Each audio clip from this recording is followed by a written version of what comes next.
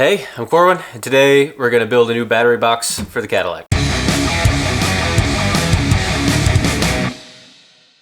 So as you can imagine, after 60 odd years of driving around on the road, and especially with those old lead acid batteries, this one's pretty much been eaten alive. So it's been patched up with some old tiles and some pieces of wood, but you can see there's just the whole front of it's missing. It's tilted towards the front of the car, and that means the battery is not exactly in a good spot and it tends to move around. So what I want to do is just get some pieces of everyday steel, some everyday material from the local hardware store, build a new box, and I'm going to show you how I did it. So first things first, I need to measure and see just how much material we're going to need.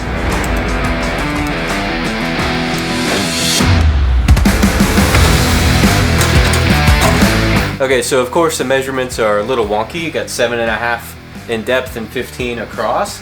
I'm gonna see if I can't get this box out of here. It's a little hard to tell how it's attached. I'm guessing it's welded. It's about the only thing I can see because there's no bolts or anything anywhere. I'm just gonna grab a screwdriver and some pliers and see if I can't pop it loose, and if not, I'll probably end up busting out the angle grinder. But I mean, that makes it more fun anyway.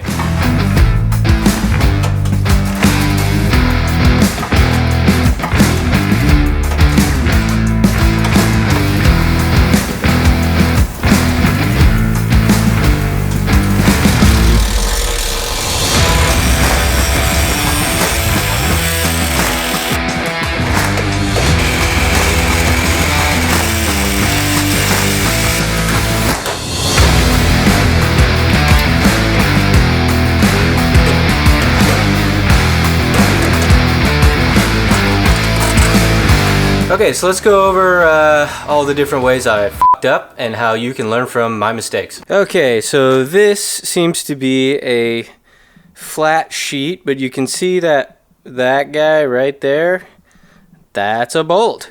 And apparently this piece of angle bolts to the inner fender, and then that bolts to the battery tray. But what's weird is, look at, there's like 3 sheets of material. And if you come over here, you can see where I cut right on that shelf. So mistake number 2, but the edge is still stuck. So obviously it was welded, or maybe it's just rusted. I'm not sure, but I got to get it out. Same thing over here. Look at all that mess. And you can see the 2 bolt holes on the inner fender there. Those broke. I attempted to get them off. In fact, you can see the washers down there on the ground. Those were so rusted they sheared immediately. Also, there seems to be some wiring going on down here, so I may look at that at the same time. But I'm gonna go ahead and try to get the rest of this cleaned up so that I can actually do something.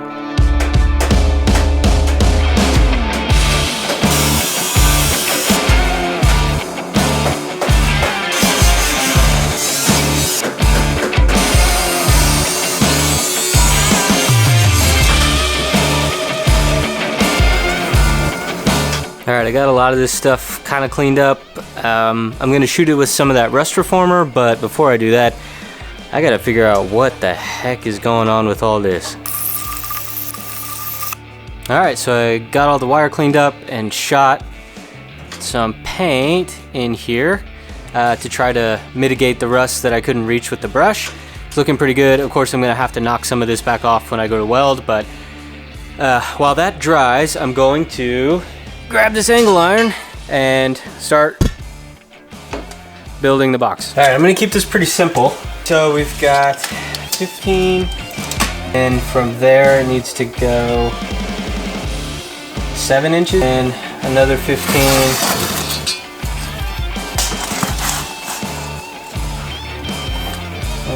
And then another 7.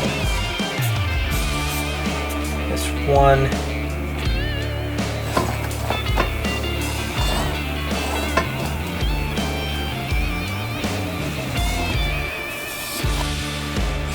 Okay, so I got all of my cuts laid out here. What I'm going to do is, for each measurement, I'm going to go ahead and cut a right angle out of it and score the top here with the angle grinder, and then that way it'll all just fold up perfectly into a nice little box.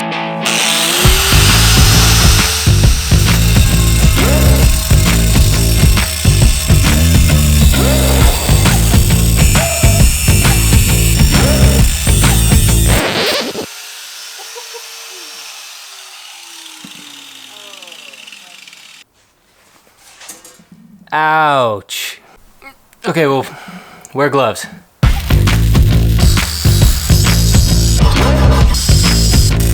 Okay, well, attempt 1 doesn't fit. It's too big. So I'm gonna knock these tacks loose and cut about, I don't know, 1/8 of an inch off and try again.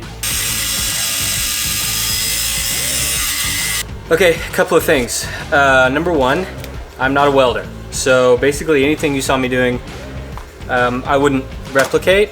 2, I'm actually pretty happy with how this turned out. The welds are good. This thing is super beefy. I put an extra brace here. See why in a minute. The only problem is the slag and the spatter. So I can't get inside here. If I can get a good angle, I can't get inside here to get all this crap out. And unfortunately, that's the sunny side up, which everybody's gonna see. So kinda sucks. But now that this is pretty much done, I need to drill a hole and I need to weld it in the car. So we're getting close.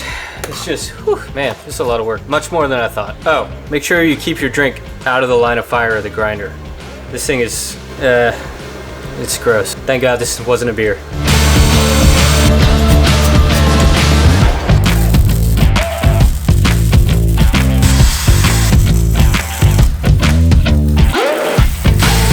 All right, not really sure I had the skill to make this work. You can see I had to put basically a spacer between the bracket and the fender to eat up that gap, but it's solid. I mean, it's not going anywhere. And then I was able to get a good weld over here on this side, and over here it's actually sitting on some of that old bracket. So it's really pretty solid. So I feel good about that. I'm just gonna shoot it with some paint, and then I can get this battery back in here. Okay, so something else you can learn from me is to always measure. So I bought this all thread because there is already a spot for it back here. And then you saw me drill that hole and weld in that nut for the one here. So if I just set those there for a second, you can envision the battery, and then I'll just make a strap for it. I bought some wing nuts and it'll hold it down in place. And that sounds perfect, right? Well, I have a sneaking suspicion that the battery is wider than the gap I left between these two pieces of all thread. So we're gonna find out. I was right. Oh, that sucks. I can see half the hole down there. But I will say it's a really good fit for the tray. What do? I could still make myself a strap and just connect it on one side. In fact, I think I might have screwed up entirely. I don't know if the hood's even gonna close. Damn it. Oh man. Oh, that is not good. How is that even possible? Ah, shit. What do you say we come back to this tomorrow?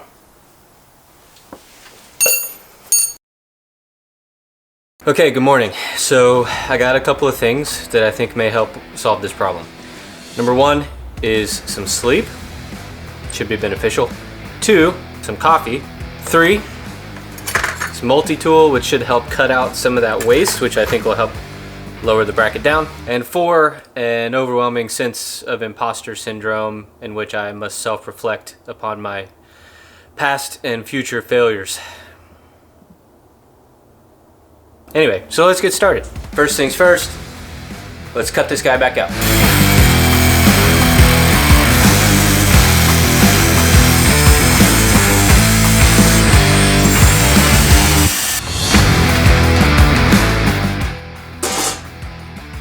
Okay, well at least I know I got some pretty good welds in there. That thing wasn't going anywhere. What I'm gonna do, this back corner where I couldn't get before, I think that's what's hanging it up, the 1/2 inch that I need. So I'm gonna grab the multi-tool, this guy, and try to trim that out. This metal is a lot thinner than the stuff I was just trying to cut, so this should make pretty quick work of it. Okay, I've got this thing sitting way lower. You can see this is where it was welded up at the top of this extra piece before, and now it's what, 3/4, maybe a full inch further down. Same thing over here. So I feel really good about that. I might try to get something in there to eat up that gap and weld up that side too, but these two sides were were pretty strong, but just for peace of mind. But anyway, I'm gonna get this stuff cleaned up now that I know everything fits, and put some tacks on it, and then check that it clears.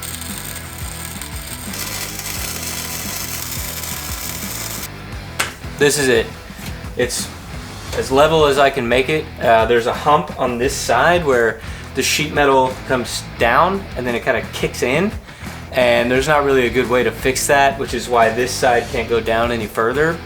I mean, I could beat the living hell out of it, but that kind of defeats the purpose. This is pretty good. The hood clears, and I'm happy with it, so I'm gonna pull the battery back out, weld that bracket in permanently, clean it up as much as I can with the wire brush, shoot it with some paint, and then I'm done.